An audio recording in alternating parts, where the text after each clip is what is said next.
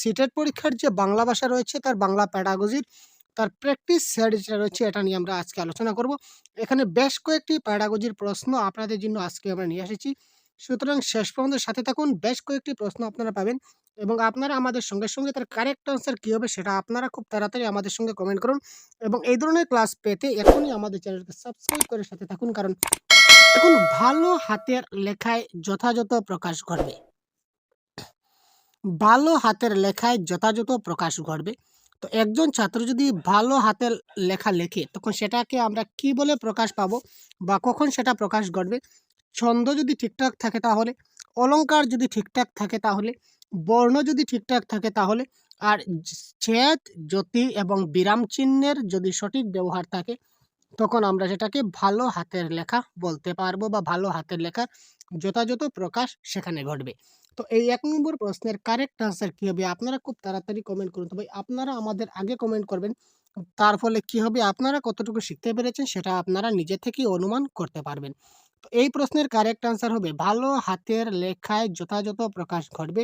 দেখুন, ছন্দ, অলংকার। ছন্দ যখন আমরা কবিতা পড়ি তখন আমরা ছন্দের ব্যাপারে আমরা দেখি। অলংকার যখন পড়ি সেটা আমরা কবিতার দিকে আমরা দেখি। কবিতার ক্ষেত্রে ছন্দ এবং অলংকারের বিশেষ ভূমিকা রয়েছে এবং ভালো হাতের লেখায় যদি কেউ ছেদ, জ্যোতি বা বিরাম চিহ্নের যদি সঠিক ব্যবহার করে যদি সে লিখতে পারে তখন সেটা আমরা ভালো হাতের লেখায় তার যথাযথ প্রকাশ ঘটবে, এটা আমরা বলতে পারি। সুতরাং এক্ষেত্রে কারেক্ট অ্যান্সার হবে কোনটি? Option number D. চলুন আমরা নেক্সট পরবর্তী প্রশ্ন দেখে নিই। সৃজনশীল রচনার মাধ্যমে শিক্ষার্থীর কি দক্ষতা প্রকাশ পায়? একজন ছাত্র যখন সৃজনশীল রচনা করবে মানে নিজে থেকে যখন সে কিছু একটা লিখবে বা নিজে থেকে কোনো কিছু একটা বানাবে, সেই ক্ষেত্রে শিক্ষার্থীদের কি দক্ষতা প্রকাশ পাবে? ১ নম্বর অপশনে বলেছে শিক্ষার্থীদের আনন্দ হয়। ২ নম্বরে বলেছে কি বলেছে? তাদের শিল্প, সৌন্দর্যবোধ এবং কল্পনার শক্তির বিকাশ ঘটবে। ৩ নম্বরে বলেছে বিষয়বস্তু গুছিয়ে লিখতে পারবে। ৪ নম্বরে বলা হচ্ছে কি হাতের লেখা পরিষ্কার হবে। তো এখানে কারেক্ট আনসার কি? কোয়েশ্চেন নাম্বার 2 কারেক্ট আনসার কি হবে? খুব তাড়াতাড়ি বলুন তো। সৃজনশীল রচনার মাধ্যমে শিক্ষার্থীদের কি দক্ষতা প্রকাশ পাবে? সৃজনশীল মানে কি? ক্রিয়েটিভিটি। সে নতুন কিছু করবে। তো নতুন কিছু কোথা থেকে করবে? সে তার কল্পনা থেকে করবে। ঠিক আছে? সুতরাং এখানে ডাইরেক্ট লেখা আছে কি? এখানে তাদের শিল্প মানে তারা কি ধরনের দক্ষতা প্রকাশ করতে পারছে বা তার দক্ষতায় কতটুকু সৌন্দর্যতা রয়েছে বা তার কল্পনার শক্তি কতটুকু রয়েছে সেটার বিকাশ ঘটবে। সুতরাং এখানে option number B is the right answer. পরবর্তী প্রশ্ন দেখে নেওয়া যাক। কোয়েশ্চেন নাম্বার 3 কি বলেছে? কারেক্ট আনসার কি? আপনারা খুব তাড়াতাড়ি কমেন্ট করুন। কিভাবে শিক্ষার্থীদের সাহিত্য সৃষ্টির প্রতি অনুরাগ জন্মে? শিক্ষার্থীদের যে সাহিত্য সৃষ্টির প্রতি অনুরাগ আমরা কিভাবে জন্মাতে পারি? ভালো কথা বলতে পারলে শিক্ষার্থীদের অনুরাগ জন্মাবে সাহিত্য সৃষ্টির প্রতি। ভালো গান গাইতে পারলে, ভালো বক্তৃতা দিতে পারলে, আর মননশীল শিখন দক্ষতার ফলে। তো এখানে কারেক্ট আনসার কোনটি হবে? অপশন নম্বর এ, বি, সি, ডির মধ্যে। কোয়েশ্চেন নাম্বার 3 আপনারা খুব তাড়াতাড়ি কমেন্ট করুন তো ভাই।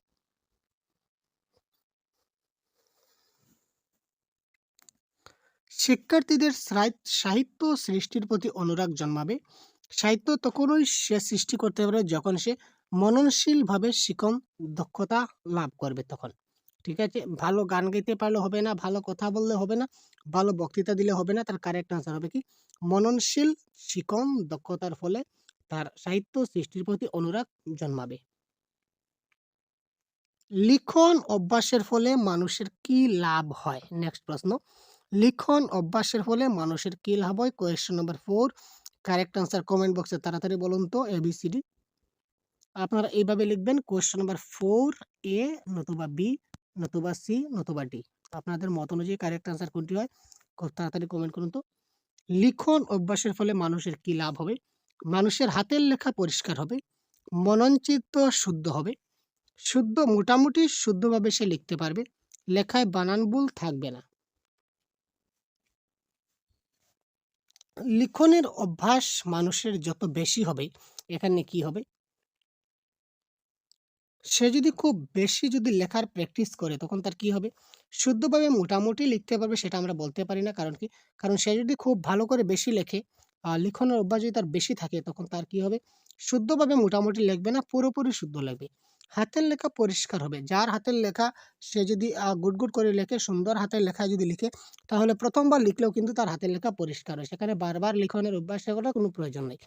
মননচিত্ত শুদ্ধ হয় সেটাও কারেক্ট অ্যান্সার হবে না। যদি বেশি করে লেখার প্র্যাকটিস করে, লেখার অভ্যাস করে তখন তার লেখায় বানান ভুল থাকবে না। বারবার একটা জিনিস যদি আপনি লেখেন এবং প্রতিবারও যদি বানান চেক করেন কোন, কোন বানান ভুল হয়েছে, সেটা রিকভারি করে যদি আবার লিখেন তখন এর পরের বার আপনি দেখবেন বানানের ভুল থাকবে না। সুতরাং option number D is the right answer. মানুষ কিভাবে প্রজ্ঞাবান হয়? Next question number 5। মানুষ কিভাবে প্রজ্ঞাবান হয়? মননের মাধ্যমে, চিন্তনের মাধ্যমে, গভীর মনন ও চিন্তন সহ লেখার মাধ্যমে, কিছু না লিখে শুধু চিন্তা করে। মানুষ কিভাবে প্রজ্ঞাবান হয়? তো এটা কারেক্ট আনসার হবে গভীর মনন থাকতে হবে, চিন্তন থাকতে হবে, তার সঙ্গে ভালো লিখাও হতে হবে। এই তিনটা মিলে আমাদের যখন একজন মানুষ হবে, এই তিনটা গুণাবলী যখন কোনো ব্যক্তির মধ্যে থাকবে তখন সেই ব্যক্তিটা প্রজ্ঞাবান হবে। ঠিক আছে ভাই? নেক্সট দেখুন, কি আয়ত্ত হলে শিক্ষার্থীদের নির্ভুল বর্ণ জ্ঞানের ধারণা জন্মাবে? নির্ভুল বর্ণ জ্ঞানের ধারণা জন্মাবে কখন? বর্ণগুলি যখন সে আয়ত্ত করতে পারবে তখন।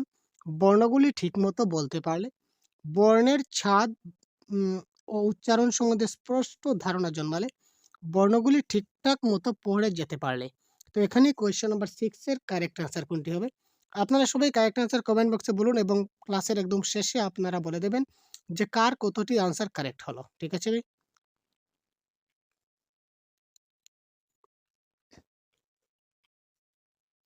তো এখানে কারেক্ট আনসার হবে বর্ণের ছাঁচ এবং উচ্চারণ সম্বন্ধে যদি স্পষ্ট ধারণা থাকে তখন তাকে আমরা বলবো বর্ণজ্ঞানের ধারণা জন্মাবে। কারণ প্রত্যেকটা বর্ণের কিন্তু উচ্চারণের যে ভিত্তি বা উচ্চারণের স্টাইল কিন্তু আলাদা আলাদা। আমরা যখন বলি ক, তখন ১ নম্বরে উচ্চারণ করব। খ, খ বলে একটু স্ট্রেচ বেশি দেব। ক, খ, খ বললে উচ্চারণে যেটা স্ট্রেস আছে, উচ্চারণে যেটা চাপ মাত্রা আছে সেটা আমরা একটু বেশি দিতে হবে। গ, তারপর কি ঘ। যখন গ বলবো তখন একটু কম স্ট্রেস দেব। তারপর ঘ যখন বলবো তখন একটু বেশি স্ট্রেস দিতে হবে। তো এই ধরনের ধারণা, এই উচ্চারণ সম্বন্ধে যদি স্পষ্ট ধারণা একজন শিশুর জন্মে যায়, তখন আমরা বলতে পারবো যে তার কি হচ্ছে নির্ভুল বর্ণ জ্ঞানের ধারণা জন্মেছে। ঠিক আছে ভাই? সাধারণত কয় ধরনের হাতের লেখার সঙ্গে আমরা পরিচিত?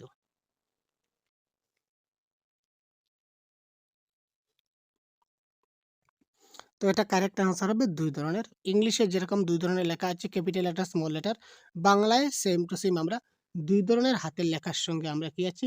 পরিচিত আছি। ঠিক আছে ভাই? নেক্সট।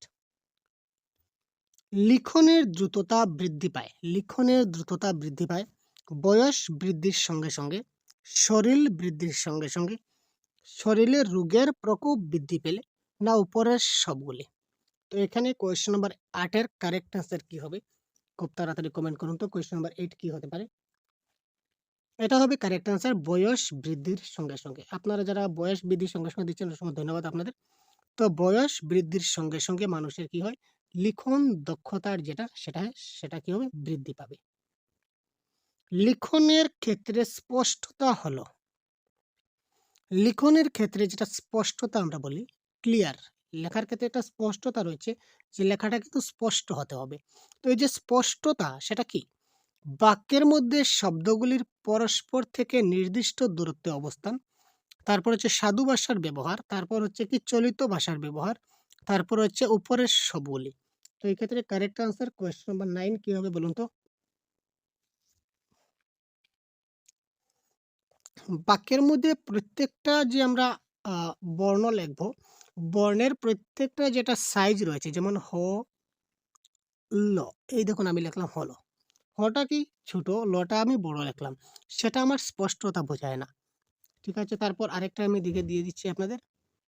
যেমন ক, ল আর হচ্ছে কি ম।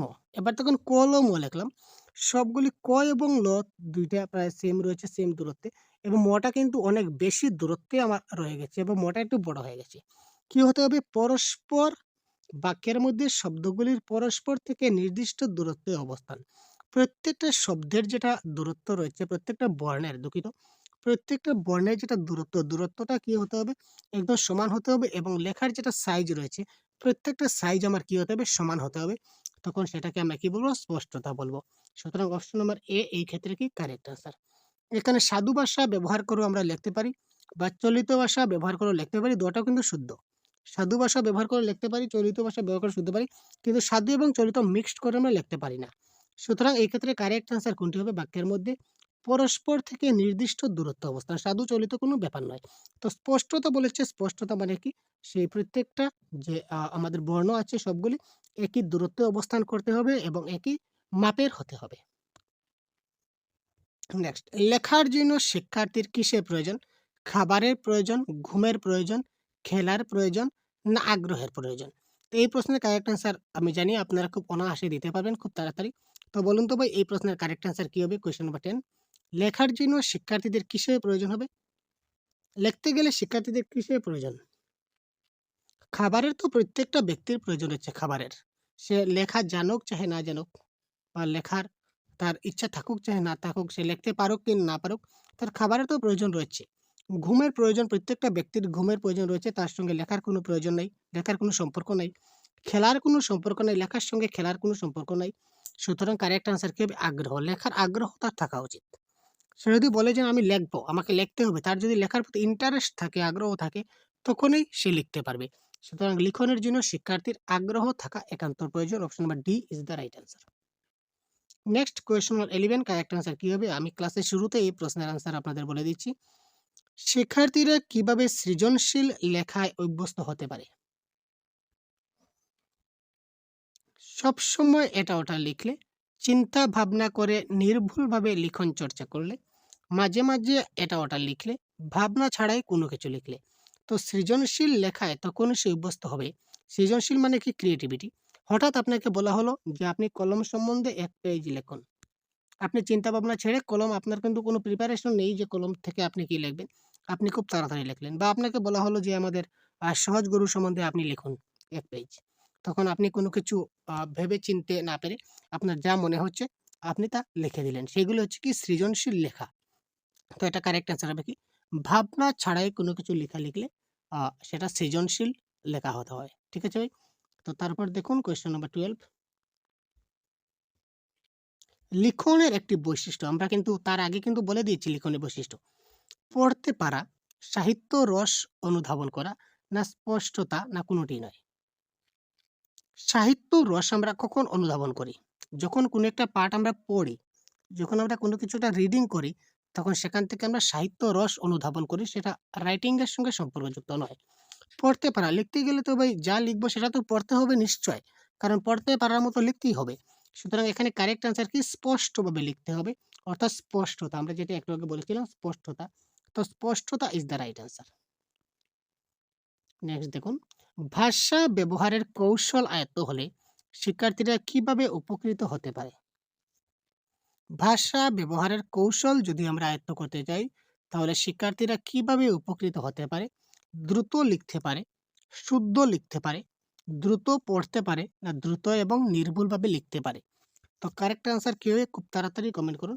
এবং প্রতিদিন আমাদের এই চ্যানেলে আপনারা ক্লাস পাবেন আমাদের বাংলা ভাষার প্রত্যেকটি সিলেবাস আমরা এই চ্যানেলে আপনাদের জন্য কমপ্লিট করে দেবো সিটেট পরীক্ষার। তো ভিডিওটি ভালো লাগলে অবশ্যই লাইক করবেন এবং বন্ধুদেরকে শেয়ার করতে ভুলবেন না। এবং আবার বলছি, যদি নতুন হয়ে থাকেন অবশ্যই সাবস্ক্রাইব করে সাথে থাকবেন। তাহলে আমি ভিডিও দেওয়ার সঙ্গে সঙ্গে আপনারা কিন্তু প্রত্যেকটা ভিডিও আপনারা পেয়ে যাবেন। তারপরে দেখুন, ভাষা ব্যবহারের কৌশল আয়ত্ত হলে শিক্ষার্থীরা কিভাবে উপকৃত হতে পারে? কোয়েশ্চেন নম্বর 13, এটা কারেক্ট অ্যান্সার হবে। ভাষা ব্যবহারের কৌশল যদি তার আয়ত্ত হয়, তাহলে শিক্ষার্থীরা দ্রুত এবং নির্ভুলভাবে লিখতে পারবে। কার চিহ্নগুলি কোথায় বসে? কার মানে কি? আকার, ইকার, রস্বইকার যাকে বলি, বা আমরা বলতে পারি দীর্ঘইকার বা রস্বইকার। এখানে দেখুন, ডান পাশে, বাম পাশে, ডান ও বাম পাশে, ডান বাম উপরে ও নিচে। এখানে দেখুন আকার, আকার সেটা কোথায় বসেছে? আমাদের ডান পাশে বসেছে। রস্বইকার সেটা কি? বাম পাশে বসেছে, মানে আগে বসেছে। দীর্ঘইকার সেটা পিছনে বসবে। আবার রস্বইকার, দীর্ঘকার সেটা কোথায় বসবে? আমাদের নিচে বসবে। আর যদি আমরা রেফ জাতীয় কিছু ব্যবহার করি তখন সেটা কি আমাদের উপরে বসবে। সুতরাং ডান, বাম, উপর এবং নিচ এই সবগুলি হবে কারেক্ট আনসার। ভাষার কথ্য রূপ কি? যে ভাষা সবসময় ব্যবহার করে, যে ভাষা মাঝে মাঝে ব্যবহার করে, যে ভাষা বলতে কষ্ট হয়, যে ভাষা তার কাছে সবচেয়ে স্বাভাবিক এবং ভাবের আদান প্রদানের উপযোগী। এখানে কোয়েশ্চন নাম্বার 15 অনেক easy question. Question number 15 correct answer কি হবে? খুব তাড়াতাড়ি আপনারা কমেন্ট করুন তো কারেক্ট আনসার কি হতে পারে।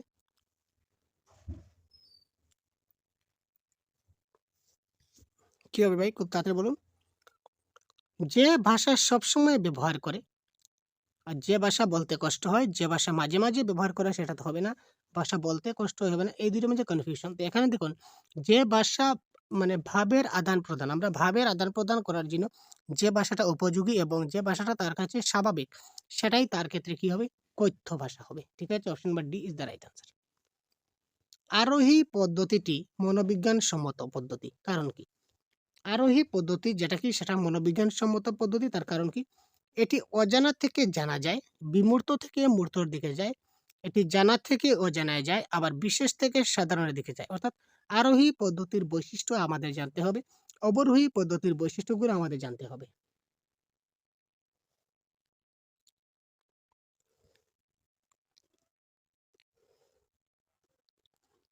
এখানে দেখুন এ, বি এবং ডি এই তিনটা হচ্ছে কি অবরোহী পদ্ধতির বৈশিষ্ট্য। এই তিনটা কি অবরোহী পদ্ধতির বৈশিষ্ট্য এবং জানা থেকে অজানা এটা কি আমাদের আরোহী পদ্ধতির বৈশিষ্ট্য। আরোহী আরোহী জানা থেকে জানা থেকে অজানায় যায়, আবার মূর্তর থেকে বিমূর্তর দিকে যায়, সাধারণ থেকে বিশেষের দিকে যায় আরোহী। আর অবরোহীটা ঠিক তার বিপরীত, অজানা থেকে জানায় যাবে, বিমূর্ত থেকে মূর্ত যাবে, বিশেষ থেকে সাধারণে যাবে। তো আরোহী পদ্ধতির একটাই বৈশিষ্ট্য আমরা এখানে পেলাম, কি সেটা জানার থেকে অজানা যাবে। প্রথমে আমরা জানা জিনিসগুলো জানবো, জানা জিনিসগুলা থেকে বুঝাবো শিশুদের, জানা থেকে অজানায় আমরা যাব। ঠিক আছে ভাই? যেমন শিশুটা যে জিনিসটা জানে ওইটা থেকে আমরা শুরু করব এবং যেটা জানে না ওইখানে গিয়ে আমরা তাকে ওই জিনিসটা থেকে বুঝিয়ে দেব। ঠিক আছে ভাই? ভাষা শিক্ষার ক্ষেত্রে ব্যাকরণের প্রধান উপযোগিতা কি? Question number 17। ক্লাসে বেশি দেরি করব না, খুব তাড়াতাড়ি ক্লাসটা শেষ করব। ভাষা শিক্ষার ক্ষেত্রে ব্যাকরণের প্রধান উপযোগিতা কি? উদাহরণ সহ সূত্রগুলি অনুধাবন ও প্রয়োগ করা, পাঠ্যক্রমের সঙ্গে মিলিয়ে ব্যাকরণ শিক্ষা করা, সূত্রগুলি মুখস্থ করা, ব্যাকরণের ব্যবহারিক প্রয়োগ শিক্ষা করা। তো কোয়েশ্চেন নাম্বার 17 কারেক্ট আনসার কি হবে? উদাহরণ সহ সূত্রগুলি যদি অনুধাবন করতে পারে এবং তা প্রয়োগ করতে পারে সেটা তার ব্যাকরণের প্রধান উপযোগিতা হবে। আর মুখস্থ করা যখনই পাবেন তখন সেটা কেটে দেবেন, কারণ পেডাগজিতে মুখস্থ করা নেগেটিভ। আর পাঠ্যক্রমের সঙ্গে মিলিয়ে ব্যাকরণ শিক্ষা সেটা হচ্ছে না, আর ব্যবহারিক প্রয়োগ শিক্ষা সেটা হবে না। কারেক্ট আনসার কি? উদাহরণ সহ সূত্রগুলি অনুধাবন করতে হবে এবং তা প্রয়োগ করতে হবে। ব্যাকরণ শিক্ষার ফলে ছাত্ররা সঠিকভাবে কি করতে পারে? ব্যাকরণ শিক্ষা যদি ভালোভাবে হয় তখন ছাত্ররা সঠিকভাবে কি করতে পারবে?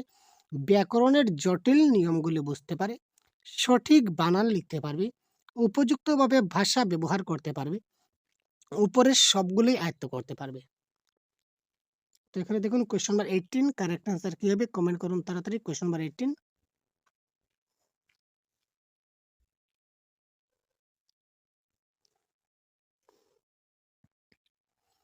এটা দেখুন ব্যাকরণ শিক্ষা যদি সে ভালোভাবে করতে পারে তখন সে কি করতে পারবে? জটিল নিয়মগুলো বুঝতে পারবে, সঠিক বানানও লিখতে পারবে, কারণ বানানের সঙ্গে কিন্তু ব্যাকরণের সম্পর্ক রয়েছে, উপযুক্তভাবে ভাষা ব্যবহারও করতে পারবে। সুতরাং এখানে উপরের সবগুলি আয়ত্ত হবে, এটা হবে কারেক্ট আনসার। বিশ্লেষণ পদ্ধতি। বিশ্লেষণ পদ্ধতি মানে কি? সূত্রগুলিকে উদাহরণের সাহায্যে বারবার বিশ্লেষণ, সূত্রগুলিকে মুখস্থ করানো, উদাহরণগুলিকে মুখস্থ করানো, সূত্র এবং উদাহরণগুলিকে মুখস্থ করানো।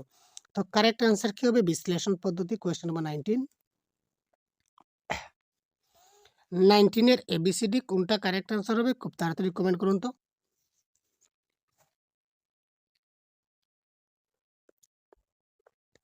এখানে দেখুন একটু আগে আমি একটা কথা বলেছিলাম যে প্যাডাগজিতে যখনই মুখস্থ করা পাবেন সেটা কিন্তু কেটে দেবেন।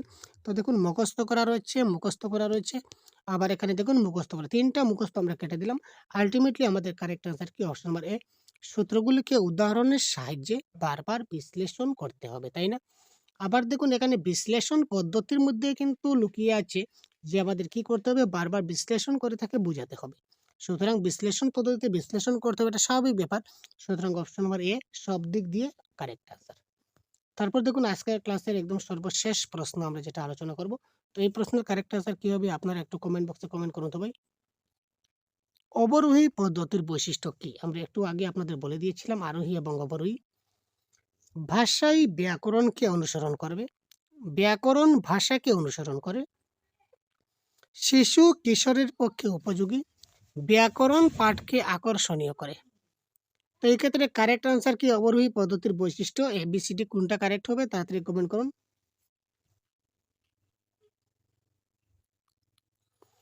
এই ক্ষেত্রে কারেক্ট আনসার হবে কি? ভাষাই ব্যাকরণকে অনুসরণ করে। ঠিক আছে, তো ভাষাই ব্যাকরণকে অনুসরণ করে, এটা হবে আমাদের কারেক্ট আনসার।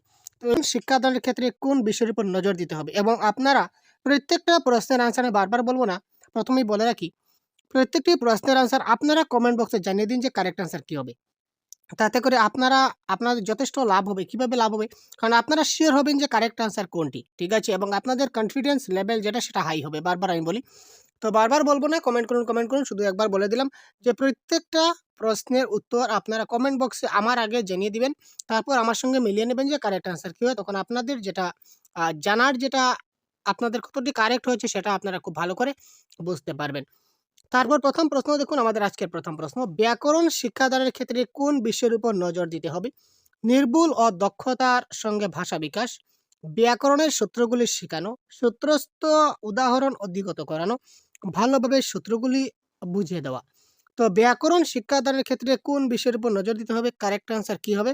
এটা কারেক্ট আনসার হবে নির্ভুল ও দক্ষতার সঙ্গে ভাষা প্রয়োগ। আমরা যখন ভাষা প্রয়োগ করব তখন ব্যাকরণ শিক্ষাদানের ফলে আমাদের কি হবে? আমরা সেই ভাষাটা নির্ভুলভাবে প্রয়োগ করতে পারবো এবং দক্ষভাবে প্রয়োগ করতে পারবো। এখানে সূত্র, ব্যাকরণের সূত্রগুলো আমরা শিশুদেরকে শিখাই না। আবার সূত্র ভালোভাবে সূত্র বুঝিয়ে দেওয়া, সূত্র এখানে কোনো ফ্যাক্টর করছে না।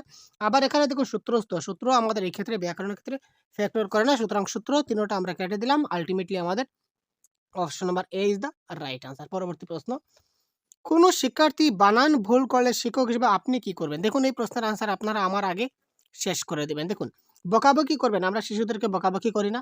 বানান ভুল হলেই কেটে ঠিক বানান লিখবেন। আচ্ছা, আপাতত থাক। বানানের কোথায় কি ভুল হচ্ছে তা বুঝিয়ে দেবেন। একেবারে এড়িয়ে যাবেন, এটা হবে না। তো দেখুন, প্যাডাগজির প্রশ্নের আনসার এই ধরনের, যে প্যাডাগজির প্রশ্নের আনসার দেখার সঙ্গে সঙ্গে আমরা দুটো অপশন কিন্তু এলিমিনেট করতে পারি সঙ্গে সঙ্গে। আমরা এখানে দেখুন এ এবং ডি আমরা বলার সঙ্গে সঙ্গে আমরা এখানে এলিমিনেট করতে পারলাম। শুধুমাত্র দুইটা আমাদের থাকলো। প্রত্যেকটা প্রশ্নেই আমরা চারটার মধ্যে দুইটা আমরা এলিমিনেট করতে পারি খুব সহজে। আর বাকি দুইটার মধ্যে আমাদের কনফিউশন মানে ক্রিয়েট করে দেয়। তো বাকি দুইটা থেকে কোনটা আমাদের সবচেয়ে ভালো হবে সেটা আমাদের খুব ভালো করে বুঝে নিতে হবে। তারপর কারেক্ট আনসার কী হবে সেটা আমাদের করতে হয়।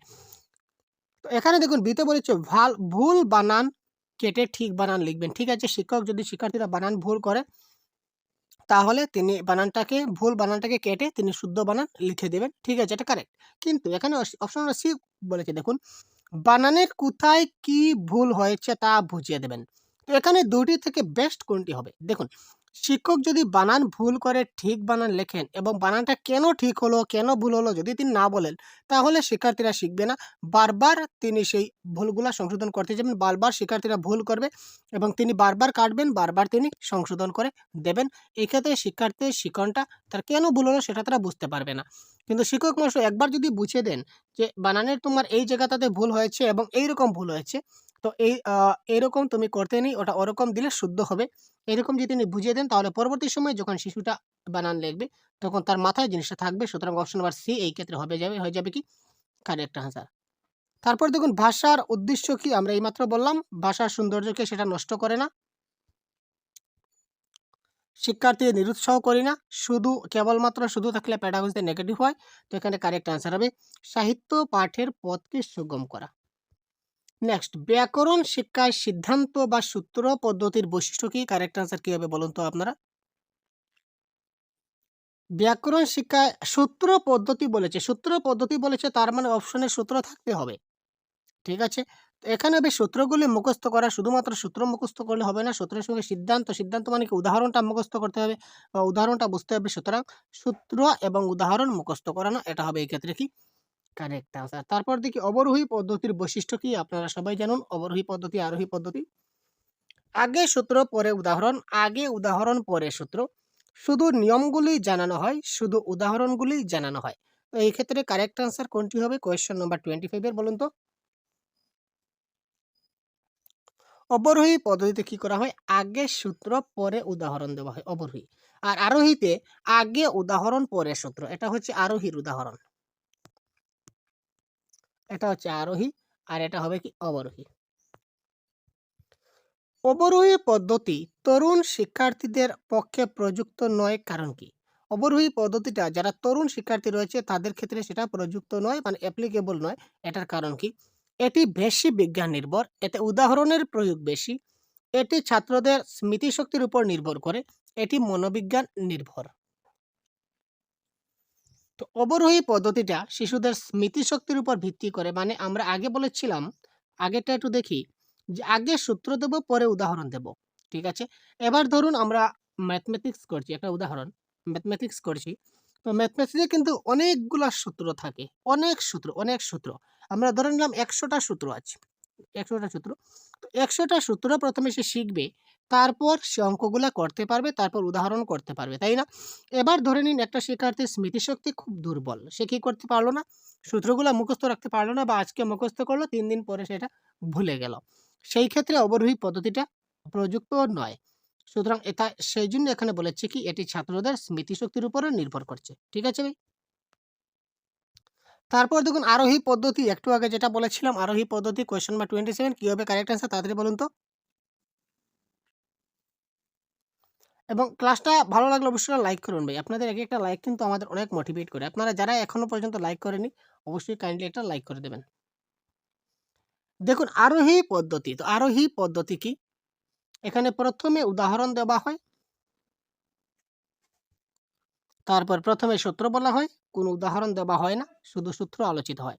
তো আমরা একটু আগে বলেছিলাম যে আরোহী পদ্ধতিতে প্রথমে উদাহরণ দেওয়া হয়, তারপর সূত্রে যাওয়া হয়। প্রথমে উদাহরণ পরে সূত্র। তো যেহেতু অপশনে আমাদের দিয়েছে প্রথমে উদাহরণ দেওয়া হয়, সুতরাং option number A is the right answer. ভাষা হলো মানুষের নিজেদের মধ্যে ভাব বিনিময়ের সবচেয়ে গুরুত্বপূর্ণ বাহন। এই কথাটির বক্তা কে? এই ধরনের স্টেটমেন্ট রিলেটেড প্রশ্ন কিন্তু আপনারা পরীক্ষার হলে অনেক পাবেন। সুতরাং এগুলি আপনাদের খুব ভালো করে জানতে হবে। ভাষা হলো মানুষের নিজেদের মধ্যে ভাব বিনিময়ের সবচেয়ে গুরুত্বপূর্ণ বাহন। এই কথাটির বক্তাকে লেনিন, মার্কস, স্তাসিল এবং চমস্কি। এই প্রশ্নের কারেক্ট আনসার কি হবে ভাই? তাড়াতাড়ি বলুন তো। এই প্রশ্নের কারেক্ট আনসার আপনারা যারা জানা নেই অবশ্যই জেনে রাখুন। এই প্রশ্নের কারেক্ট আনসার হবে অপশন নাম্বার এ, লেনিন। ব্যাকরণ শিক্ষার ফলে ছাত্ররা সঠিকভাবে কি করতে পারে? আমরা একটু আগে আপনাদেরকে বলে দিয়েছি এই প্রশ্নের কারেক্ট আনসার।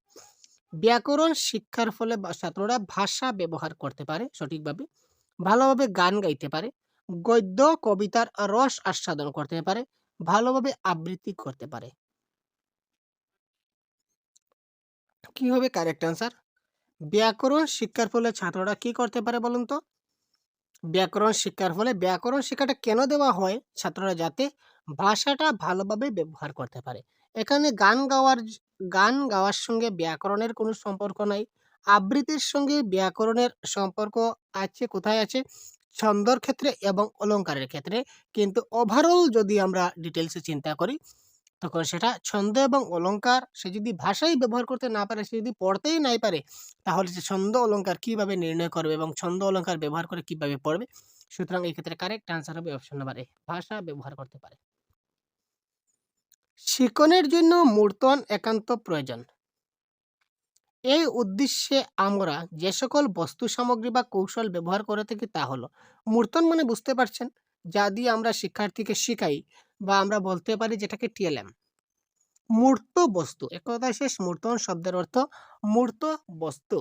শিখনের জন্য মূর্ত বস্তু মানে মূর্ত এবং অমূর্ত বস্তু, বিমূর্ত বস্তু, বুঝতে পারছেন তো? মূর্ত বস্তু মানে যে জিনিসটা দেখা যায়, যেমন মোবাইল আমরা দেখতে পাচ্ছি। কিন্তু গুগল আমরা সবকিছু করতে পারি। কিন্তু গুগল জিনিসটা কি? আসলে কি আমরা দেখতে পারি? বা গুগল কি আমরা টাচ করতে পারি? গুগল কি? আমরা শুধু সফটওয়্যার আছে গুগল। সেটা হচ্ছে বিমূর্ত, সেটা আমরা দেখতে পাই না। কিন্তু আমরা জানি এবং বুঝি। কিন্তু মোবাইল ফোনটা কি সেটা আমরা টাচও করতে পারি, ধরতেও পারি এবং দেখতেও পারি।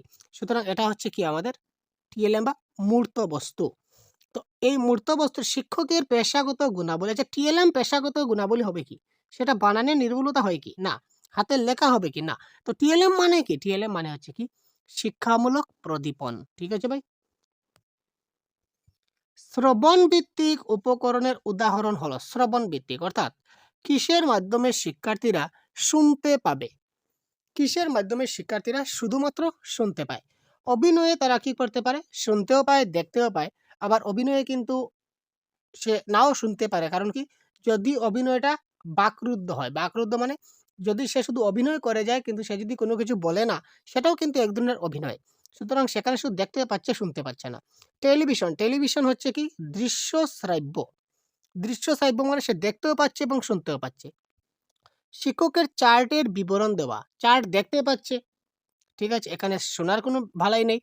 শুধুমাত্র রেডিও। রেডিওর মাধ্যমে আমরা কি করতে পাই? রেডিওতে আমরা শুনতে পাই। সুতরাং শ্রবণভিত্তিক উপকরণের এই ক্ষেত্রে উদাহরণ আমাদের কি হয়ে গেল ভাই? রেডিও। এর পরবর্তী প্রশ্ন দেখুন তো কারেক্ট আনসার কি হয় বলুন তো আপনারা? সক্রিয়তা ভিত্তিক শিক্ষা উপকরণ হলো। সক্রিয়তা ভিত্তিক মানে অ্যাক্টিভ। এখানে শিক্ষার্থীরা অ্যাক্টিভ থাকবে। শিক্ষার্থীরা কোথায় অ্যাক্টিভ থাকবে?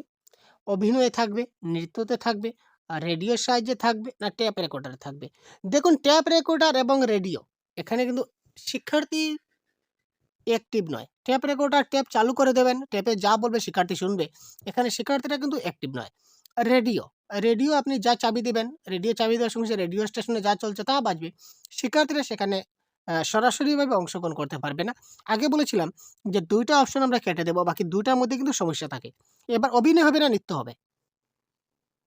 তা নৃত্যও কিন্তু অভিনয়ের একটা অংশ। বুঝতে পারছেন কিনা না? নৃত্য হচ্ছে অভিনয়ের একটা অংশ। সুতরাং অভিনয় আমরা নৃত্য করি কিসের মাধ্যমে করি? অভিনয়ের মাধ্যমেই কিন্তু আমরা নৃত্য করি, তাই না? নৃত্য করতে কিন্তু একটা অভিনয়ের প্রয়োজন। আর অভিনয়ের দ্বারা আমরা অভিনয়ের মাধ্যমে আমরা নৃত্যটাও অভিনয় দিয়ে করতে পারি। আবার কোনো নাটকও অভিনয় দিয়ে করতে পারি।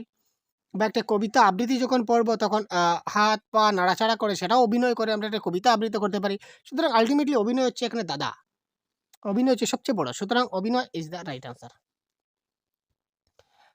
তথ্যভিত্তিক কোনো কিছু পড়াতে প্রয়োজন। তথ্যভিত্তিক ইনফরমেটিভ যদি আমরা কোনো কিছু পড়াতে চাই তাহলে আমাদের কিসের প্রয়োজন হবে? মডেলের প্রয়োজন, ব্ল্যাকবোর্ডের প্রয়োজন, একটা চার্টের প্রয়োজন, না মানচিত্রের প্রয়োজন? শিশুদেরকে আমরা ইনফরমেশন দেব।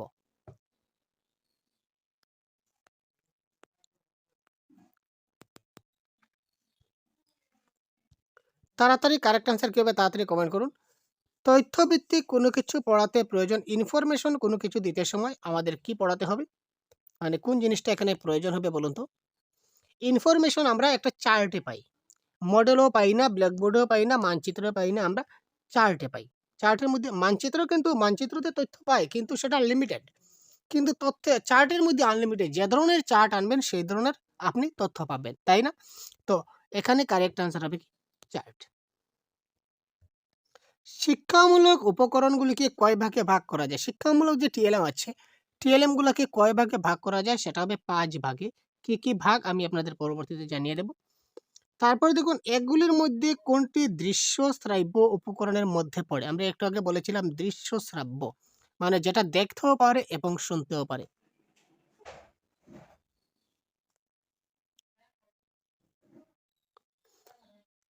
এগুলির মধ্যে কোনটি দৃশ্য শ্রাব্য? দেখতেও পায়, শুনতেও পায়, সেটা কারেক্ট আনসার কি হবে? সেটা হবে কি? টেলিভিশন। তো তার পরবর্তী প্রশ্ন দেখুন, কোন উপকরণটি শিক্ষার্থীদের সহজে পাঠ্য বিষয় আয়ত্ত করতে সাহায্য করে? কোন উপকরণটি শিক্ষার্থীদের সহজে পাঠ্য বিষয় যেটা আয়ত্ত করে সেটাকে সাহায্য করে শিক্ষার্থীদের? এখানে বলেছে কোন উপকরণ? তো কারেক্ট আনসার এখানে কি হবে? শ্রাব্য, দৃশ্য শ্রাব্য, দৃশ্যযোগ্য, না পাঠযোগ্য? তো এখানে কারেক্ট আনসার হবে কি?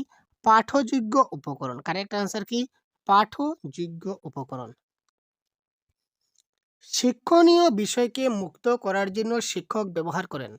শিক্ষণীয় বিষয়কে মুক্ত করার জন্য শিক্ষক কি ব্যবহার করেন? শিক্ষণীয় যেটা বিষয় রয়েছে সেটাকে মুক্ত বা খোলাভাবে ব্যবহার করার জন্য বা মুক্ত করার জন্য একদম ইজি করার জন্য আমরা শিক্ষক কি ব্যবহার করতে পারেন? শিক্ষা উপকরণ ব্যবহার করতে পারেন, প্রশ্ন উত্তর ব্যবহার করতে পারেন, না ব্ল্যাকবোর্ড না চক ডাস্টার। কারেক্ট অ্যান্সার কি হবে? Question number 38।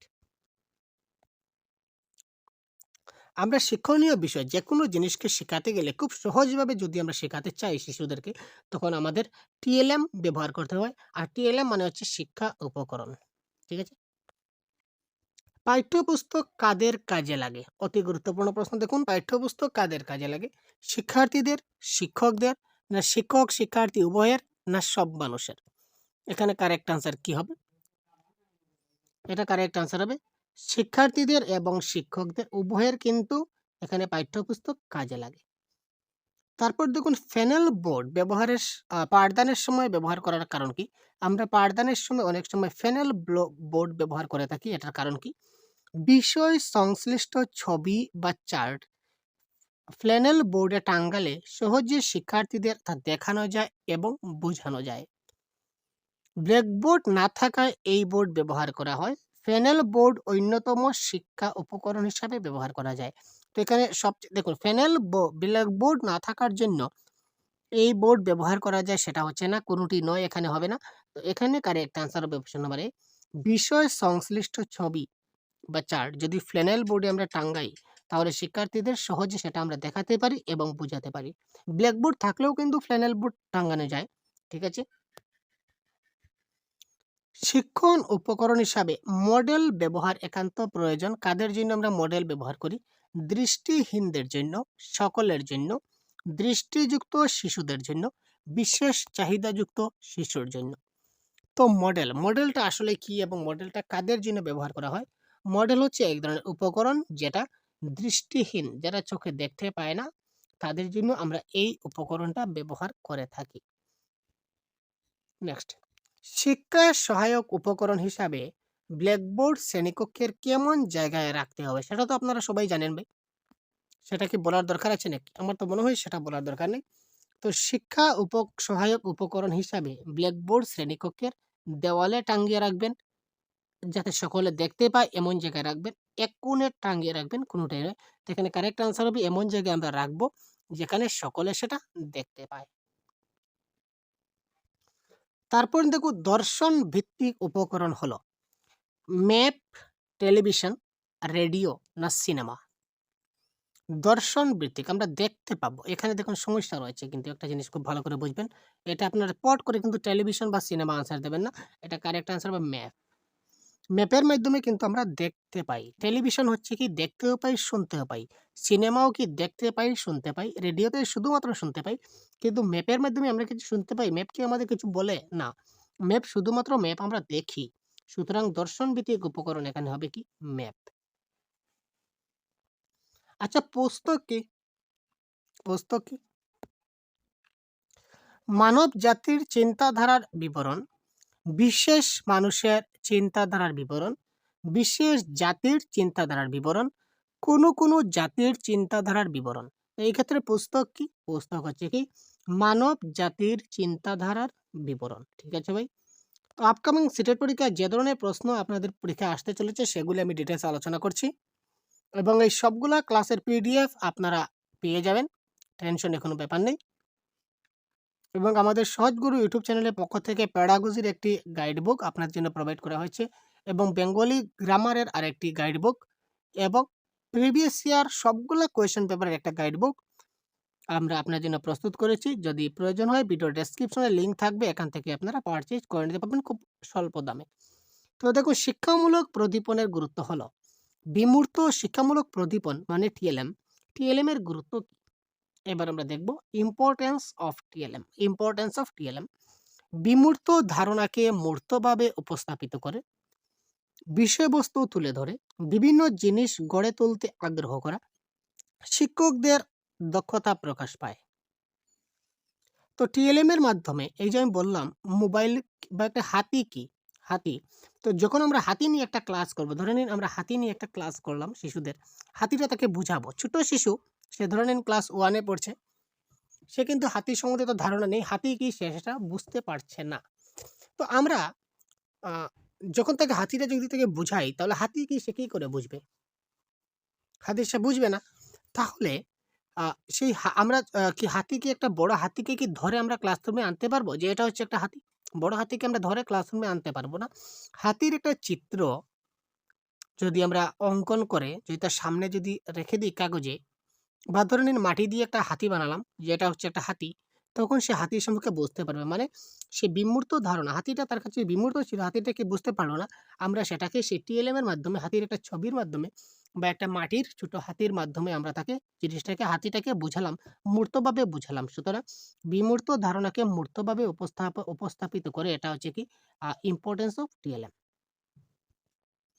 কত প্রকারের বাক্যের ছাঁচ আয়ত্ত করতে হয়? বাক্যের যেটা প্যাটার্ন রয়েছে প্যাটার্নটা কত প্রকার হয়? এটা আপনারা জেনে রাখবেন ২৫০ থেকে ৩০০। আচ্ছা লিখন কি? দেখুন লিখন কোয়েশ্চেন নাম্বার 47 হচ্ছে লিখন কি?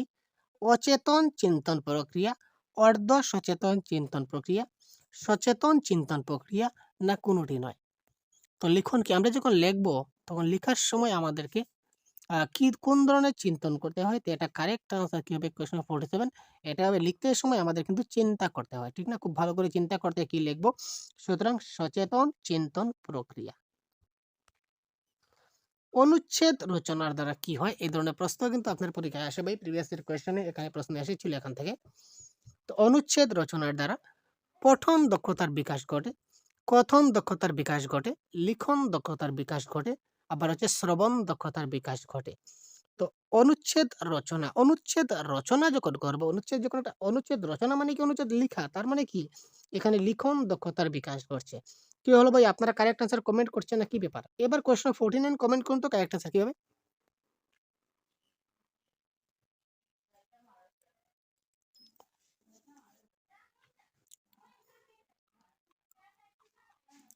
মাতৃভাষা পঠন পাঠনের একটি ভূমিকা হলো প্রকাশধর্মিতা, চলমানতা, গতিশীলতা না স্থবিরতা? তো মাতৃভাষা পঠন পাঠনের কোথায় গেল ভাই? মাতৃভাষা পঠন পাঠনের ভূমিকাটা কি? এটা হচ্ছে কি একটা প্রকাশধর্মিতা। লিখন দক্ষতা বৃদ্ধির উপায় কি? আমরা শিশুদেরকে লিখন দক্ষতা কিভাবে বৃদ্ধি করতে পারি? গল্প বলা, কবিতা পাঠ করা, গল্প লেখা না নাটক শোনা?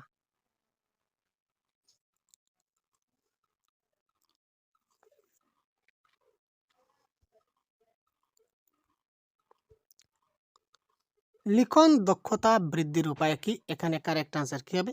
গল্প লেখা ইজ দ্য রাইট আনসার। গল্প লেখার মাধ্যমে আমরা কি করতে পারি? তাদের লিখন দক্ষতাকে বৃদ্ধি করতে পারি। কোন গুণের জন্য লিখন দক্ষতার প্রয়োজন? লিখন দক্ষতার জন্য কোন গুণের প্রয়োজন? গ্রহণধর্মিতা, প্রকাশধর্মিতা, গ্রহণ এবং প্রকাশধর্মিতা না কোনটি নয়? দেখুন এই ক্ষেত্রে একটু কনসেপ্ট নিয়ে আলোচনা না করলে হবে না। LSRW শ্রবণ, কথন, পঠন, লিখন। এর মধ্যে আমাদের শ্রবণ এবং অর্থাৎ লিসেনিং এবং রিডিং হচ্ছে কি আমাদের আ রিসেপটিভ স্কিল। রিসেপটিভস মানে কি গ্রহণধর্মিতা, রিসিভ করা। আর S এবং W মানে স্পিকিং এবং রাইটিং হচ্ছে কি আমাদের প্রোডাক্টিভ। প্রোডাক্টিভ মানে কি? প্রকাশধর্মিতা। ঠিক আছে? এটা হচ্ছে কি রিসেপটিভ মানে গ্রহণ করা আর প্রোডাক্টিভ মানে কি প্রকাশ। এখানে লিখন বলেছে তো লিখন হচ্ছে P ফর প্রোডাক্টিভ আবার ফর প্রকাশধর্মিতা। তো এখানে correct answer option number B হচ্ছে কি প্রকাশধর্মিতা। মাইকেল ওয়েস্টের মতে রিডিং কি? মাইকেল ওয়েস্ট একজন ব্যক্তি। উনার মতে রিডিং কি? ইনি বলেছিলেন process of sight, sound, sense. এটাই হচ্ছে কি রিডিং। মাইকেল ওয়েস্ট পঠনের কয়টি ধাপের কথা বলেছিলেন? মাইকেল ওয়েস্ট পঠনের কয়টা ধাপের কথা বলেছিলেন? ৩ টা, ৪ টা, ৫ টা, ৬ টা কারো জানা আছে নাকি? জানা থাকলে বলুন তো তাড়াতাড়ি। এটা ৫ টা। ঠিক আছে ভাই ৫ টি ধাপের কথা বলেছিলেন। কোন পাঠে অতিরিক্ত শ্রম হয় এবং শরীরের অবসাদ ঘটে? আমরা কি ধরনের পাঠ করলে, পাঠ মানে এখানে রিডিং এর কথা বলা হয়েছে রিডিং। তো কোন ধরনের রিডিং করলে আমাদের অনেক পরিশ্রম হবে এবং শরীরের ক্ষতি হয়? নীরব পাঠ, সরব পাঠ, চর্বণা পাঠ না সমবেত পাঠ? আমরা সবাই জানি আমরা যদি জোরে, জোরে পড়ি, চিৎকার করে পড়ি তখন আমাদের অনেক পরিশ্রম হবে এবং শরীরের ক্ষতি হয়। সুতরাং এখানে সরব পাঠ ইস দ্য রাইট আনসার অর্থাৎ লাউড রিডিং। কোন পাঠে রস আস্বাদনই বড় কথা? কোন ধরনের পাঠে আমরা রস আস্বাদন করতে পারি? নীরব পাঠ, সরব পাঠ, সাধনা পাঠ এবং সমবেত পাঠ। তো কোয়েশ্চেন নাম্বার 55 কারেক্ট অ্যান্সার কি হবে? দেখুন একদম ক্লাসের শেষ পর্যায়ে চলে এসেছি, আর বেশি প্রশ্ন ডিসকাস করব না। আজকে টোটাল আমরা 40টি প্রশ্ন ডিসকাস করতে চলেছি। তো এখানে দেখুন রস আস্বাদন। তো রস আস্বাদন, এখানে রস আস্বাদন থেকেই আমরা বলতে পারি কি ধরনের পাঠ? সাধনা পাঠ। সাধারণ পাঠই আমরা কি করতে পারি? রস আস্বাদন করতে পারি।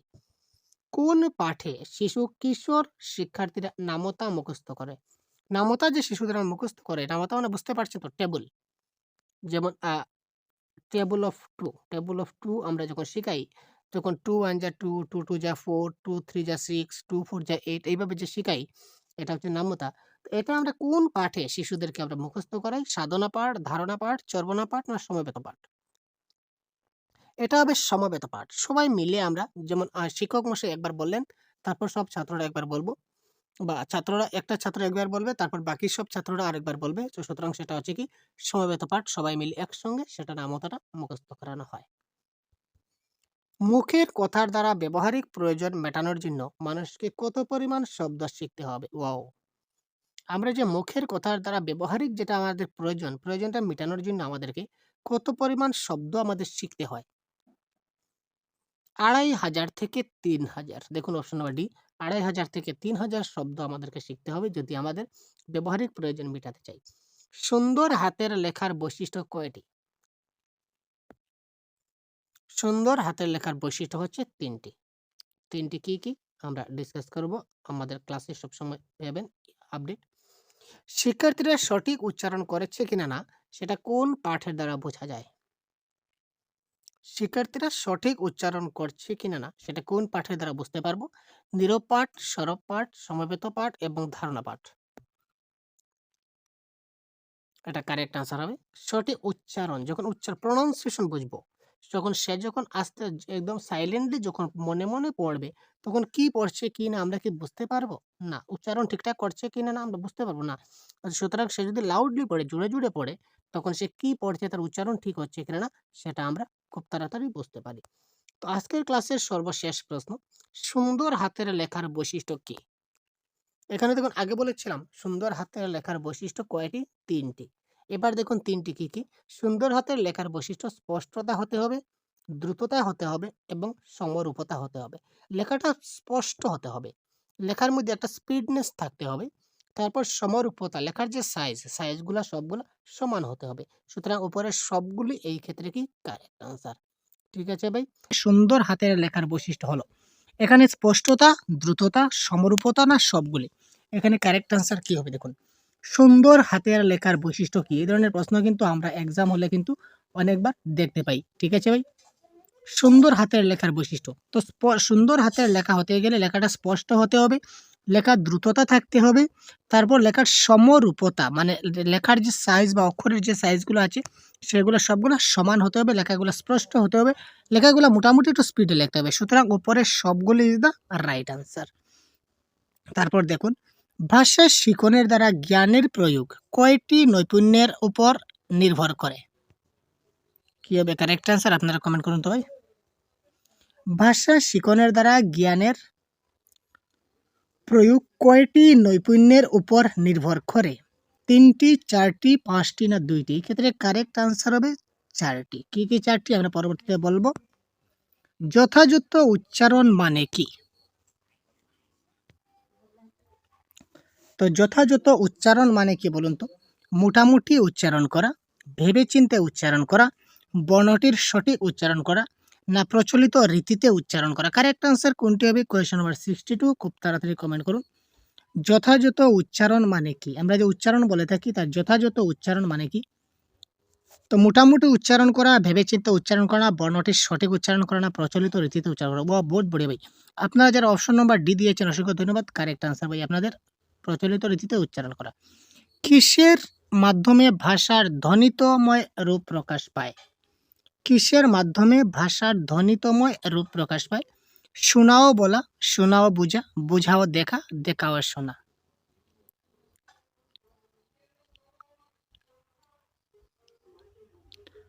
ভাষার ধ্বনিতময় রূপ, ধ্বনি, ধ্বনি কখন হবে? ধ্বনি, একটা ধ্বনি কখন প্রকাশ হবে? যখন আমি কিছু একটা বলবো, তখন না আমার মুখ থেকে ধ্বনিটা বের হবে। আমি যা বলছি সেটাকে ধ্বনি আকারে প্রকাশ, যেমন যা বলবো সেটাই তো একটা ধ্বনি। ধ্বনি মানে সাউন্ড, ঠিক আছে? তো আমি কিছু বলবো সেটাই না সাউন্ড। তো যেখানে বলবো তো বলবো শোনা এবং বলা রয়েছে, এখানে বলা নেই, এখানে বলা নয়, এখানে বলা নয়, তার মানে বলা হচ্ছে না। তো এখানে এখানে একটি মাত্র অপশন শোনা এবং বলা রয়েছে, সুতরাং এটাই হবে কি কারেক্ট আনসার। কেউ যদি ধ্বনি ব্যবহার করে তখনই না আমি শুনতে পাবো, সুতরাং শোনাও কিন্তু এই ক্ষেত্রে কারেক্ট। কয়টি নৈপুণ্যের উপর ভাষার ব্যবহারিক প্রয়োগ নির্ভর করে? কয়টি নৈপুণ্যের উপর ভাষার ব্যবহারিক প্রয়োগ নির্ভর করে? ২টা, ৩টে, ৪টি না ৫টি? কারেক্ট অ্যান্সার কোনটি হবে? এখানে কারেক্ট অ্যান্সার হবে ৪টি। কয়টি নৈপুণ্যের উপর ভাষার ব্যবহারিক প্রয়োগ নির্ভর করে? কারেক্ট অ্যান্সার হচ্ছে ৪টি। উপযুক্ত বক্তা কাকে বলে? বহুত বড়িয়া কোয়েশ্চন হয়, বক্তা কাকে বলে? এখানে দেখুন যে বক্তৃতা দেয় সেই তো বক্তা। তো প্রশ্ন আসছে উপযুক্ত বক্তা কাকে বলে? যে শুধু বলে যায়, যে সুন্দরভাবে বলতে পারে, যে যুক্তি তর্ক দিতে পারে, যে যুক্তি দিয়ে তথ্য বক্তব্য পরিবেশন করতে পারে। কারেক্ট আনসার কোনটি হবে কোয়েশ্চন নাম্বার 65 এর? আপনারা একটু ভেবে চিন্তে বলুন তো। যে যুক্তি দিয়ে তথ্য বক্তব্য পরিবেশন করতে পারে সেই হচ্ছে প্রকৃত বক্তা। ঠিক আছে ভাই? তো আপনারা কারেক্ট আনসার কতটি হয় সবার লাস্টে কিন্তু আপনারা অবশ্যই জানাতে ভুলবেন না। এবার দেখুন উপযুক্ত শ্রোতা। উপযুক্ত শ্রোতা কাকে বলে? কি প্রশ্ন ভাই, দেখতে পাচ্ছেন? যে শুধু শুনে, যে শুধু শুনে কিন্তু প্রতিক্রিয়া প্রকাশ করে না, যে শুনে এবং প্রতিক্রিয়া প্রকাশ করে, যে শুনে এবং যথার্থভাবে বক্তব্য বিষয় উপলব্ধি করতে পারে। তো কোয়েশ্চন নাম্বার 66 এর কারেক্ট আনসার কোনটি হবে? এটারও কারেক্ট আনসার হবে অপশন নাম্বার ডি। যে শুনে এবং যথার্থভাবে বক্তব্য বিষয়টা কি করতে পারে, উপলব্ধি করতে পারে, সেই হচ্ছে কি আমাদের উপযুক্ত শ্রোতা। একটা শুনবো এবং কি শুনবো, যে বক্তব্য বিষয় উপলব্ধি করতে পারবে এবং যথার্থভাবে যা শুনলাম সেটা যদি আমি কাউকে বলতে পারি সেটাই হচ্ছে আমার শোনা। আমি শুনলাম তারপর মনে থাকলো না, কি শুনলাম কিছু বুঝলাম না, তাহলে কিছু হলো না। যা শুনবো সেটাকে আমাকে বুঝতে হবে। নেক্সট, বক্তার শ্রোতার মানসিক যোগসূত্র স্থাপন কথাটির অর্থ কি? বক্তার শ্রোতার মানসিক যোগসূত্র স্থাপন, এই যে কথা, এই কথাটির অর্থ কি? একজন বলেছে ও একজন শুধু শুনছে, একজন বলেছে এবং অন্যজন মন দিয়ে শুনছে, একজন যুক্তি সহকারে বলছে, অন্যজন আনমনা হয়ে শুনছে, বক্তার বক্তব্য বিষয়কে যুক্তি তর্ক দিয়ে বিচার করে উপলব্ধি করেছে। কোয়েশ্চন নাম্বার 67 কি হবে কারেক্ট আনসার? বন্ধুরা তাড়াতাড়ি কমেন্ট করুন। এবং আমাদের কাছে অনেকগুলা পিডিএফ রয়েছে, ভিডিও ডেসক্রিপশনে আপনারা সবগুলি পিডিএফ পেয়ে যাবেন। সেগুলো সবগুলো হচ্ছে পেইড ভার্সন, কিছু কিছু পেমেন্ট করলে আপনারা এখান থেকে পেয়ে যাবেন। তারপর ফ্রি পিডিএফ আমরা প্রোভাইড করে থাকি আপনাদের। আমাদের হোয়াটসঅ্যাপ গ্রুপ রয়েছে আপনাদের জন্য এবং টেলিগ্রাম গ্রুপ রয়েছে, আপনারা এখানে জয়েন হতে পারেন। এবং হোয়াটসঅ্যাপ গ্রুপের মাধ্যমে আমরা এখন থেকে মক টেস্ট শুরু করেছি, কিছু কিছু মক টেস্ট হয়। পরবর্তীতে আমরা স্পেশাল মক টেস্ট আপনাদের জন্য একটা কোর্স আমরা লঞ্চ করব। তো দেখুন এখানে কারেক্ট আনসার হবে বক্তার বক্তব্য বিষয়কে যুক্তি তর্ক দিয়ে বিচার করে উপলব্ধি করেছে। ঠিক ঠিক লেখা অর্থে কি বোঝানো হয়েছে? ঠিক ঠিক লেখা অর্থে কি বোঝানো হয়েছে? মোটামুটিভাবে লিখে যাওয়া, ঠিক বানানে লিখে যাওয়া, সঠিক বানান ও যতিক চিহ্ন প্রয়োগ করে লিখে যাওয়া, বুঝাবার মতো করে লিখে যাওয়া। কি হবে কারেক্ট আনসার? ঠিক ঠিক লেখা অর্থে কি বোঝানো হয়েছে? কারেক্ট আনসার কোনটি হবে?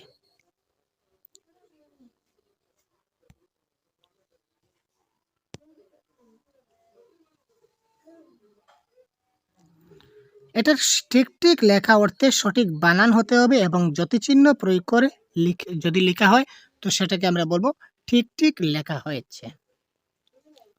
মানুষকে কথা বলতে হয় কেন? ইন্টারেস্টিং কোয়েশ্চন ভাই। মানুষকে কথা বলতে হয় কেন? বড়িয়া কোয়েশ্চন। কথা বলার জন্য বলতে হয়, প্রয়োজনের তাগিদে বলতে হয়, ভাবের আদান প্রদান করার জন্য বলতে হয়, না কথা না বলে থাকতে পারে না তাই মানুষকে কথা বলতে হয়? বড়িয়া কোয়েশ্চন ভাই। কোয়েশ্চন নাম্বার 69 কি হবে কারেক্ট আনসার? খুব তাড়াতাড়ি আপনারা কমেন্ট করুন তো ভাই, কি হতে পারে কারেক্ট আনসার? দেখুন আপনারা যদি কমেন্ট করুন তখন আপনাদের কনফিডেন্স লেভেল কিন্তু হাই হবে, বারবার বলছি। আপনারাও শিওর হবেন যে ইয়েস আমি পেরেছি, আমি পেরেছি বলে আপনি নিজেকে নিজে থ্যাংক ইউ দিতে পারবেন। তো দেখুন, মানুষকে কথা বলতে হয় কেন? ভাবের আদান প্রদান করার জন্য মানুষকে কথা বলতে হয়। নেক্সট, সব বর্ণ ঠিক ঠিক লেখার অর্থ কি? আমরা বলি না সব বর্ণগুলোকে ঠিকঠাক ভাবে লিখবে। তো সব বর্ণ ঠিক ঠিক লেখার অর্থ কি? সংশ্লিষ্ট বর্ণটিকে শুধু লেখা, বর্ণটিকে স্পষ্ট করে লেখা, বর্ণটিকে বাধ্য করে লেখা, মাত্রা বসিয়ে বাধ্য করে লেখা। কারেক্ট আনসার কি হবে? Question number 70। তো এটা কারেক্ট আনসার হবে অপশন নাম্বার ডি। সব বর্ণ ঠিক ঠিক লেখার অর্থ হচ্ছে মাত্রা বসিয়ে বাধ্য করে লেখা। নেক্সট, আচ্ছা, মাত্রা চিহ্নটি কোথায় বসে? এবারে প্রশ্ন হচ্ছে মাত্রা চিহ্নটি কোথায় বসে? বর্ণের ডান পাশে, বাম পাশে, বর্ণের উপরে না বর্ণের নিচে? এটা আপনারা সবাই জানেন। যেমন আমি যদি মনে করুন আমি এখানে এই কটা লিখলাম, এই হচ্ছে তার মাত্রা। এই খ লিখলাম, এই হচ্ছে তার অর্ধমাত্রা। সুতরাং মাত্রাটা কোথায় ব্যবহৃত হচ্ছে? মাত্রাটা উপরে ব্যবহার হয়, তাই না?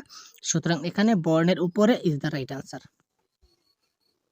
এই প্রশ্ন আর বলতে হবে না। সঠিকভাবে শোনার জন্য কোন ইন্দ্রিয়ের প্রয়োজন? আমাদের শুনতে গেলে কি লাগে? কান লাগে। কেন দেখব? দেখতে গেলে কি লাগে? দেখতে গেলে আমাদের চোখ লাগে। থাক। এবার দেখুন পরবর্তী প্রশ্ন, ভাষার ব্যবহারিক নৈপুণ্যের পরিচয় কি? Question number 74। ভাষার ব্যবহারিক নৈপুণ্যের পরিচয় কি? Question number 74।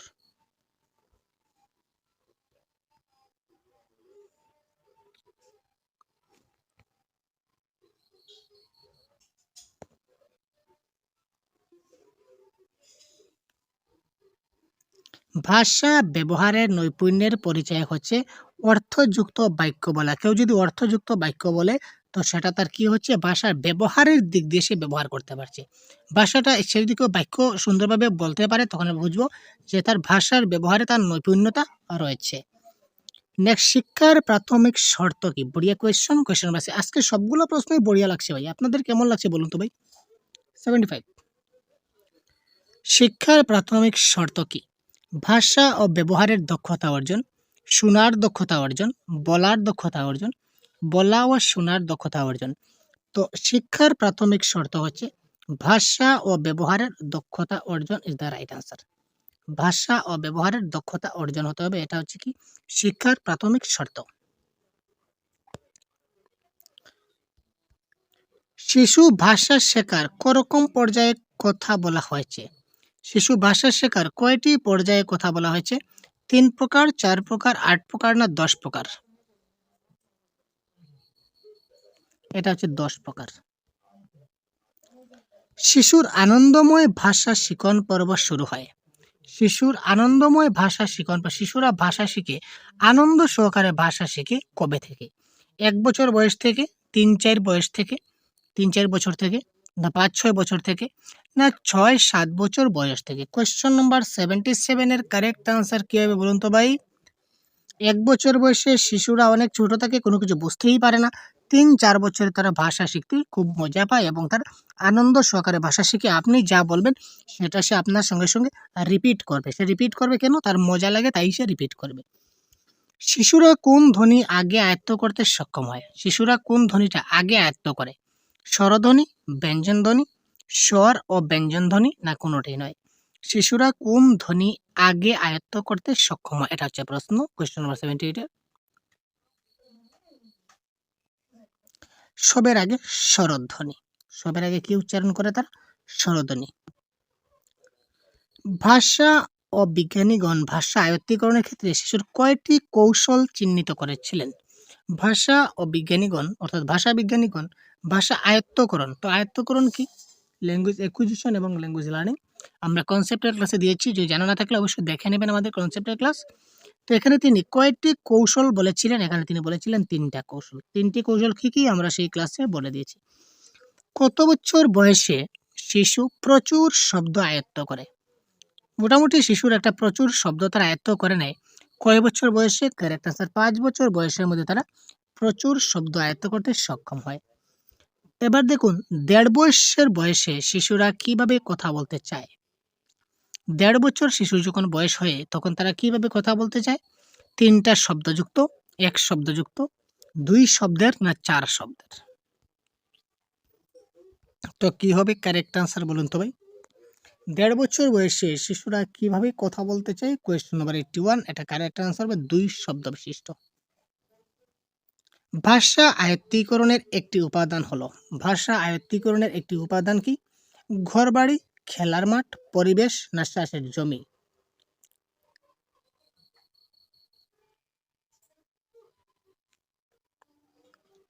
দেখুন, ভাষা আয়ত্তকরণ, শিশুরা অটোমেটিক্যালি ভাষা শেখে। ঘর বাড়ি থেকেও তারা শিখে, ঘর থেকে শিখে, খেলার মাঠ থেকেও শিখে, তার বাবা যদি চাষের জমিতে নিয়ে যায় সেখান থেকেও শিখে। কিন্তু সবগুলা কার অংশ? সবগুলাই কিসের অংশ? সবগুলাই এসে কোথায় জমা হচ্ছে? পরিবেশে জমা হচ্ছে। সবগুলোই পরিবেশের এক একটি অংশ।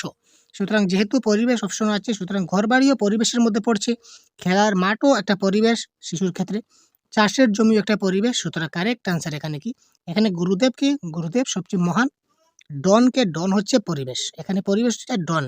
আর এই হচ্ছে ডনের যে পার্টনারগুলো রয়েছে, চেলা চামুন্ডাগুলো, এগুলো হচ্ছে ঘরবাড়ি, খেলার মাঠ, চাষের জমি। এই প্রশ্ন দেখুন, আমরা প্রিভিয়াস এর কোয়েশ্চন এবার দেখতে পেয়েছি।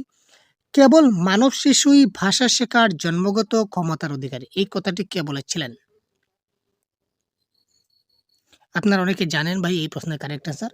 তো কি হয় এই প্রশ্নের কারেক্ট আনসার? খুব তাড়াতাড়ি বলুন তো, কে পারবেন? খুব তাড়াতাড়ি বলুন, কার জানা রয়েছে তাড়াতাড়ি বলুন। 83, কেবল মানব শিশুই ভাষা শেখার জন্মগত ক্ষমতার অধিকারী। তো আমাদের ইউটিউব চ্যানেলেই আমরা প্রতিদিন আপনাদের জন্য বাংলা ভাষার ক্লাস নিয়ে আসছি। পরীক্ষার আগ মুহূর্ত পর্যন্ত আমরা প্রতিদিন 2টি বা 3টি করে ক্লাস আপনার জন্য কন্ডাক্ট করার চেষ্টা করব। সুতরাং আপনারা ভালো থাকবেন এবং সবগুলা ক্লাস দেখবেন, তাহলে একটা ভালো নম্বর অবশ্যই আপনারা পেয়ে যাবেন। এবং প্রিভিয়াস ক্লাসগুলো যদি দেখে না থাকেন, অতি শিগগিরই আপনারা আমাদের প্রিভিয়াস ক্লাসগুলো দেখে নেবেন। আর চ্যানেলটা নতুন হলে অবশ্যই সাবস্ক্রাইব করবেন, কারণ সাবস্ক্রাইব করলে আমরা ভিডিও দেওয়ার সঙ্গে সঙ্গে আপনি পেয়ে যাবেন এবং ইম্পর্টেন্ট যেগুলো সবগুলো জেনে নিতে পারবেন। তো আমাদের এখানে আপনারা ফ্রি পিডিএফও পাবেন, টেলিগ্রাম গ্রুপে রয়েছে, বা হোয়াটসঅ্যাপ গ্রুপে আমরা অনেক পিডিএফ দিয়েছি। টেলিগ্রাম গ্রুপে অনেক পিডিএফ রয়েছে, আপনারা এখান থেকেও ডাউনলোড করে নিতে পারবেন। ঠিক আছে, তো এই প্রশ্নের কারেক্ট আনসার হচ্ছে কি? নম চমস্কি। শিশুদের কলধ্বনি মানে ব্যাবলিং কখন শুরু হয়? শিশুদের কলধ্বনি বা ব্যাবলিং কখন শুরু হয়? 84, তো এটা কারেক্ট আনসার হবে 6 মাস বয়সে। 6 মাস বয়সে শিশুর কি হয়? ব্যাবলিং বা কলধ্বনি শুরু হয়। এখানে দেখুন কুইং, কুইং একটা হচ্ছে কি ব্যাবলিং, এটা কিন্তু কনফিউশন হবেন না আপনারা। এটা হচ্ছে কি ব্যাবলিং, এটা হচ্ছে কি কুইং। ঠিক আছে, ব্যাবলিং এবং কুইং। তো কুইংটা শুরু হয়, কুইংটা শুরু হয় 6 সপ্তাহে, এটা হচ্ছে উইক। কুইংটা শুরু হচ্ছে 6 সপ্তাহে, আর ব্যাবলিংটা হচ্ছে 6 মাসে। ডিফারেন্সটা হচ্ছে কি? সপ্তাহ এবং মাস। এখানে যদি 6 মাস লিখে দিই তখন সেটা ব্যাবলিং হয়ে যাবে, এটা মাথায় রাখবেন। যদি আমরা 6 মাস লিখে দিই তখন সেটা ব্যাবলিং, আর যদি 6 সপ্তাহ লিখি তখন সেটা হয়ে যাবে কি? কুইং। একটুকু কনফিউশন হবেন না আপনারা। নেক্সট, এলইডির সম্পূর্ণ নাম কি? এলইডি। 86 প্রশ্ন, কোয়েশ্চেন নাম্বার। তো এটা correct answer, learning associative device, language acquisition device, language association device, language accommodative device. তো কারেক্ট আনসার কি হবে আপনারা সবাই জানেন। তো দেখুন এটা কারেক্ট আনসার কি হচ্ছে? Language acquisition device is the right answer. Bangla ভাষা শিক্ষার ক্ষেত্রে কোন বিষয়ে বেশি গুরুত্ব দেওয়া হয়? বাংলা ভাষা শিক্ষার ক্ষেত্রে কোন বিষয়ে বেশি গুরুত্ব দেওয়া হয়? ভাষা শিখনের ক্ষেত্রে, ভাষা আয়ত্তীকরণের ক্ষেত্রে, ব্যাকরণের নিয়ম শেখানোর দিকে, না কোনোটি নয়? কোয়েশ্চন নাম্বার 87 এর কারেক্ট আনসার কি হবে? বাংলা ভাষা শেখার ক্ষেত্রে কোন বিষয়ে বেশি গুরুত্ব দেওয়া হয়? কারেক্ট আনসার ভাষা আয়ত্তীকরণের দিকে, ল্যাঙ্গুয়েজ অ্যাকুইজিশনের ক্ষেত্রে বেশি গুরুত্ব দেওয়া হয়। কারণ যেহেতু শিশুরা যখন বেশি করে আয়ত্তীকরণ করতে পারবে, আয়ত্তীকরণ ন্যাচারাল প্রসেস, যত বেশি আয়ত্ত করতে পারবে তত তার জ্ঞান বৃদ্ধি পাবে, তাদেরকে শেখাতে কম লাগবে। ভাষা শিখনে যদি বেশি আমরা গুরুত্ব দেই তাহলে কিন্তু তার ব্রেইনটা ততটুকু সাকসেস হবে না।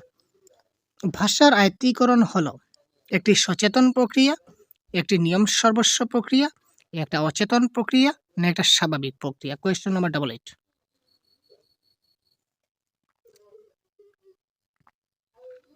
কি হবে ভাই? ভাষার আয়ত্তীকরণ হলো তো দেখুন ভাষার আয়ত্তীকরণ হচ্ছে একটা নরমাল প্রসেস, একটা স্বাভাবিক প্রক্রিয়া। এটা অটোমেটিক্যালি আমাদের মধ্যে চলে আসে। তো ভাষার আয়ত্তীকরণের কনসেপ্ট ক্লাসটা আপনারা দেখবেন। আমি রিকোয়েস্ট করছি আপনাদের বারবার। এখান থেকে আপনারা ২ মার্ক পরীক্ষায় অবশ্যই পাবেন। ভাষা আয়ত্তীকরণের উপাদান বলতে বোঝায়। ভাষার আয়ত্তীকরণের যে উপাদান রয়েছে, উপাদান কি, কি? শিক্ষার্থীর ভাষার উপলব্ধি, উচ্চারণ সামর্থ্য অর্জন, শব্দভান্ডারের বিকাশ, না সবগুলি? কারেক্ট আনসার কি হবে এখানে আপনারা বলুন তো? ভাষা আয়ত্তীকরণের উপাদান বলতে কি বোঝায়? শিক্ষার্থীর ভাষার উপলব্ধি বুঝাবে? উচ্চারণের দেখুন শিক্ষার্থীর ভাষার উপলব্ধি তো বুঝাবে। শিক্ষার্থীরা ভাষাটা কতটুকু উপলব্ধি করতে পারছে কিনা সেটা আমরা বুঝবো। সেটা ঠিকঠাকভাবে উচ্চারণ করতে পারছে কিনা সেটাও বুঝবো।